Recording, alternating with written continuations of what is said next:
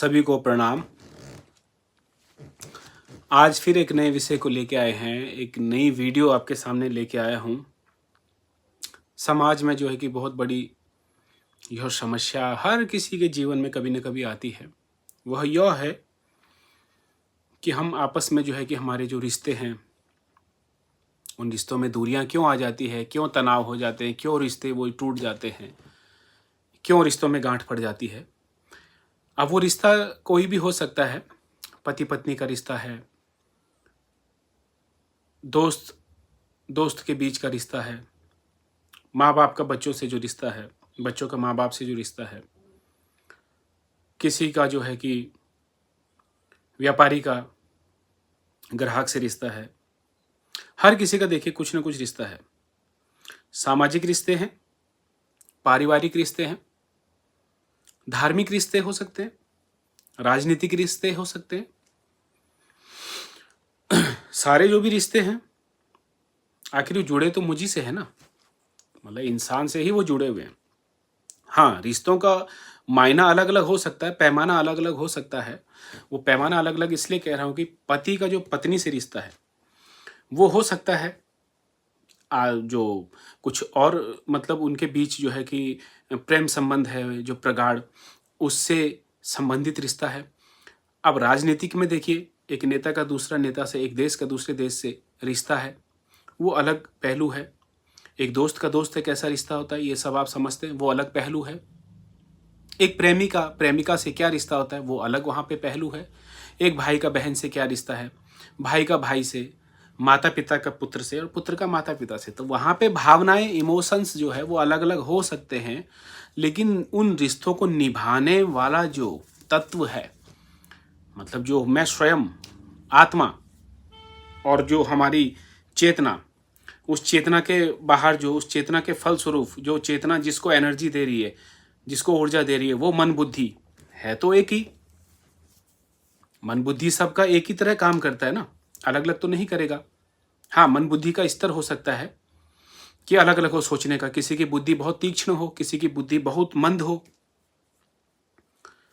किसी का मन जो है कि बहुत ज्यादा कल्पना कर सकता है, कल्पना के आकाश में जो है कि बहुत ज्यादा उड़ान भर सकता है, किसी का मन जो है कि उतना उड़ान ना भर पाए। जिसे हम ज़्यादा उड़ान भरने वाले को, जैसे प्रेमिका उस प्रेमी को बहुत ही चाहेगी जिसकी कल्पना की उड़ान बहुत तेज हो, जो अपनी कल्पना की उड़ान की, जो अपनी कल्पना की पतंग को जो कि कितनी ऊंची आकाश में उड़ान दे सके, तो वो उसे कहेगी कि ये क्या रोमांटिक बंदा है, वाह कितनी अच्छी प्रेम भरी बातें करता है। और वही एक दूसरा व्यक्ति जो अपनी उस कल्पना की उड़ान को ज़्यादा ऊंचाइयों तक आकाश में नहीं उड़ा पाता है, तो वहाँ पे उसकी प्रेमिका समझती है कि ये थोड़ा निष्ठुर स्वभाव, या कह लीजिए रफ बिहेवियर का व्यक्ति है, आदमी है, इसे प्रेम की समझ नहीं है। लेकिन ऐसा नहीं है, वो हम सबकी बुद्धि का स्तर अलग अलग है। क्योंकि जरूरी नहीं है कि जो प्रेम को प्रदर्शित नहीं कर पा रहा है उसके अंदर प्रेम ना हो, ऐसा नहीं है। प्रेम सबके अंदर है, क्योंकि देखिए प्रेम सबके अंदर होगा ही होगा ना, क्योंकि आत्मा तो एक ही है। तो प्रेम आनंद सबके अंदर भरा हुआ है पहले से, बस उसे अभिव्यक्त करने की हमारे अंदर क्षमता या कला या पावर कह लीजिए वो अलग अलग हो सकती है, उसके पैमाने अलग अलग हो सकते हैं। तो चलिए देखिए हम बातों में कहाँ से कहाँ निकल गए। तो आइए फिर वापस वहीं पे कि रिश्ते जो हैं, रिश्ते क्यों जो है कि खराब हो रहे हैं आजकल, रिश्ते क्यों खराब हो रहे हैं, इसका कारण जानिए। इसका कारण, सबसे बड़ा कारण इसका यह है कि हमारी दूसरों से उम्मीद, दूसरों से हमारी कुछ ज़्यादा ही उम्मीद, कुछ ज़्यादा ही कामनाएं, उससे कुछ पाने की कुछ ज़्यादा ही लालसा है, जो हो सकता है कि उसकी उतनी क्षमता ना हो हमें देने की, और हमसे ज़्यादा उम्मीद बना के बैठे हैं, और वो हमें हमारे उम्मीद के मुताबिक उतना ना मिले उस मात्रा में, तो फिर हम दुखी हो जाते हैं, या क्रोधित हो जाते हैं, या कुंठित हो जाते हैं, या डीमोटिवेट हो जाते हैं। तो ये सब जो है रिश्ते खराब होने का मुख्य कारण जो है मैंने आपको बता दिया। और दूसरा इससे जुड़ा हुआ जो पहलू, अगर आप स्वयं में आते हैं, अगर आप स्वयं को समझ जाते हैं, स्वयं मतलब जो मैं हूँ, जो मेरे अंदर जो अंतरात्मा कह लीजिए, उसको जब आप समझने लगते हैं तो आपको अपने अंदर से ही जो उस अंतरात्मा से प्रेम मिलना शुरू हो जाता है। वहीं से आपका आनंद का जो है कि झरना फूट पड़ता है, आनंद का स्रोत वहीं से बहता है। वो गौमुख जो है हमारे अंदर से ही निकलती है। वो गंगा जो है, गौमुख हमारे अंदर ही है, वहीं से गंगा निकलती है उस प्रेम की, उस आनंद की। तो फिर हमें ये बाहरी संसार से जो है, जो हमारे रिश्ते जुड़े हैं, उनसे उस प्रेम, उस आनंद की अभिलाषा नहीं होती है, क्योंकि अंदर तो हमारे प्रेम का झरना बह रहा है स्वतः। लेकिन यह है कि अगर किसी की कोई पत्नी है, हमारे बच्चे हैं, हम गृहस्थ जो है कि आश्रम में, गृहस्थ जीवन में, गृहस्थ संसार में हैं, जब भगवान ने, जब प्रभु ने, जब उस ईश्वर ने, जब गॉड ने, उस अल्लाह ने हमें यह दिया है, यह सब जिम्मेदारियां हमारे कंधों पे दी है, ढाली है, तो हमें उसे निभाना है उस तरीके से कि जैसे एक कलाकार, जैसे एक अभिनेता, जैसे एक हीरो एक फिल्म में अपना किरदार, अपना अभिनय निभाता है, लेकिन उस अभिनय को निभाते हुए उसमें जो सुख दुख हो रहा है, उसमें जो ड्रामा जो भी चल रहा है, वो उससे प्रभावित नहीं होता है, वो उसमें अटैच नहीं होता है, वो उस सुख दुख में सुख दुख का अनुभव नहीं करता है, वो उससे तटस्थ, वो उससे अलग, वो उससे जो है कि अलग खड़ा होके बस उसे निभाता है। उसे पता है कि मैं नहीं हूँ, ये मुझे रोल मिला है। तो ऐसे वो रोल को निभाए और अपने स्व में स्थिर हो जाए।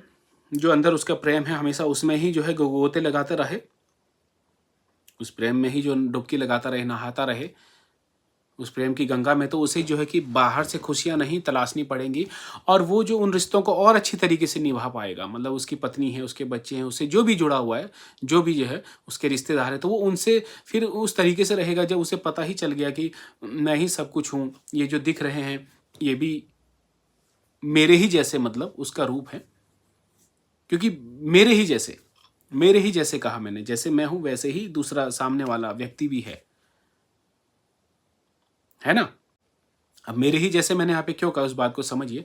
ये सूरज है ऊपर, ये उग रहा है, यहाँ पे एक घड़ा है, उसमें पानी भरा है, ये दूसरा घड़ा है, उसमें पानी भरा है। ये एक घड़ा मैं हूँ जिसमें पानी भरा है, ये दूसरा घड़ा, दूसरा व्यक्ति जो मुझसे कोई संबंधित है, उसमें भी पानी भरा हुआ है। सूरज ऊपर एक ही है। ये सूरज वो है जो ऊपर, जिसे परमात्मा कह लीजिए, जिसे आत्मा कह लीजिए, जिसे हायर कॉन्शियसनेस कह लीजिए, हायर कॉन्शियस कह लीजिए, जिसे सेल्फ अवेयरनेस कह लीजिए, जिसे कुछ भी आप नाम दे दीजिए, एनर्जी कह लीजिए, अननोन कह लीजिए, अज्ञात कह लीजिए।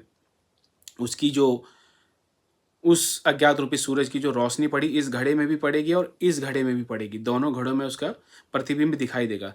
तो ये भी समझो उसी का रूप है, ये भी उसी का रूप है, सिर्फ घड़े बाहर अलग हैं। वो घड़ा क्या है, हमारा ये शरीर, कोई मोटा है, कोई पतला है, कोई काला है, गोरा है, तो वो घड़ा अलग अलग है, लेकिन उसके अंदर जो घड़े के अंदर पानी और उसमें पड़ने वाली परछाई वो एक ही है। तो इसीलिए सब एक ही हैं, सबको एक ही समझिए। तो जब हमें ये ज्ञान हो जाता है तो हम फिर दूसरों पे ज़्यादा क्रोध नहीं करते। मतलब क्रोध करते हैं तो बाहरी दिखावटी क्रोध करेंगे, क्योंकि बगैर क्रोध के काम भी नहीं चलेगा। कुछ काम हमें करवाना है तो बगैर क्रोध के भी ये काम नहीं चलता है। वो क्रोध वो करेगा, लेकिन उस काम को करवाने के लिए या बाहर क्रोध करेगा, उस क्रोध में बह नहीं जाएगा। फिर जो है कि वो जो भी काम करेगा, मतलब उसमें जो है लिप्त नहीं होगा, उसे निर्लिप्त, मतलब उसे तटस्थ भाव से, फिर साक्षी दृष्टा जिसमें फिर दोबारा आ जाता है वही शब्द, वो होके वो देखता रहेगा, करता रहेगा, एक सेम उस अभिनेता की तरह जो फिल्मों में बताया मैंने कि अपना किरदार निभाता है।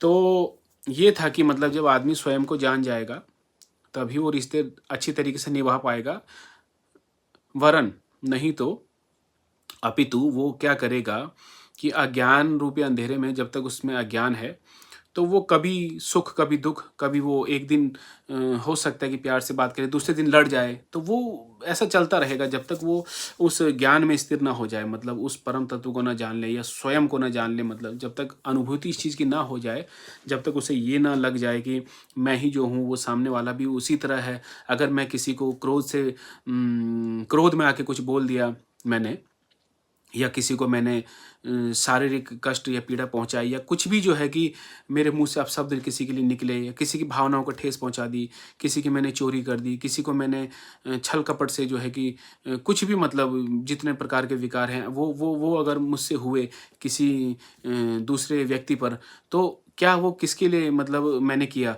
अपने स्वार्थ, अपने लोभ लालच के लिए, लेकिन दूसरे को कष्ट दिया। तो समझो उसे जैसे दिया तो वैसे ही मुझे भी कष्ट पहुंचेगा।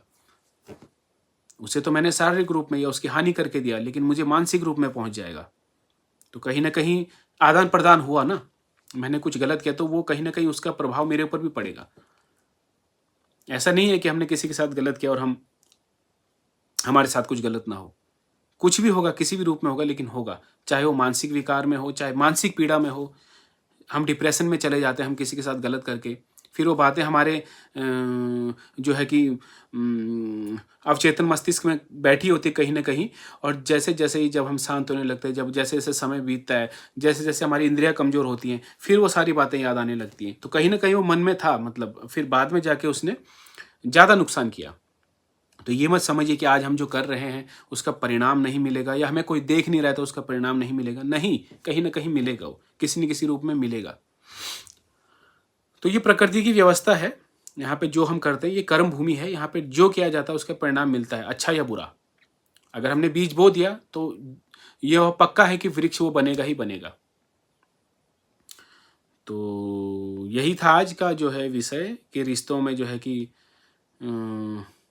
कैसे हम सामंजस्य बना के रख सकते हैं। तो उसका तरीका वही है कि स्वयं में आ जाइए, अपने अंदर आनंद की अनुभूति महसूस कीजिए, अनुभव कीजिए, अपने आप में रहिए। तो आपके द्वारा किसी का अहित भी नहीं होगा, आप सबसे प्रेम से रह पाएंगे, आप अपने आप को समझ के और अपने आप में मस्त रहेंगे, जिसे आज की भाषा में मस्त रहना कहते हैं। मतलब आदमी अपने आप में मस्त है। जैसे एक फ़कीर देख लीजिए आप, फ़कीर अपने आप में मस्त होता है, उसे कुछ नहीं चाहिए होता है। कहीं खाना मिल गया तो मिल गया, कहीं सोने के लिए वो कहीं भी सो गया, पत्थर पे सो गया, नदियों किनारे सो गया, कहीं भी सो गया, और कुछ भी मतलब पेट भरने के लिए मिला उसे। उसमें ये नहीं है कि वो ये नहीं देखेगा कि मुझे शाही पनीर चाहिए, मुझे समोसा ही खाना है, मुझे चाट पकौड़ी ही खानी है, कुछ भी खाना है, पराठे ही खाने हैं। उसे सूखी रोटी और कुछ, मतलब कुछ भी मिल गया, साथ में गुड़ नमक जो भी है, दाल चावल मिल गया, सादा रोटी सब्जी मिल गई, जो उसे मिला। अच्छा भी मिला तो अच्छा भी खा लेगा, बुरा भी मिला बुरा भी खा लेगा। अच्छी जगह मिली वहाँ भी सो लेगा, अच्छे से अच्छे गद्दे में रजाई में तकिया में सो लेगा, और पत्थरों में भी सो लेगा। तन पे जो है उसके अच्छे से अच्छे कपड़े हों वो भी पहन लेगा, और जैसे अगर साधारण से कपड़े हों वो भी पहन लेगा।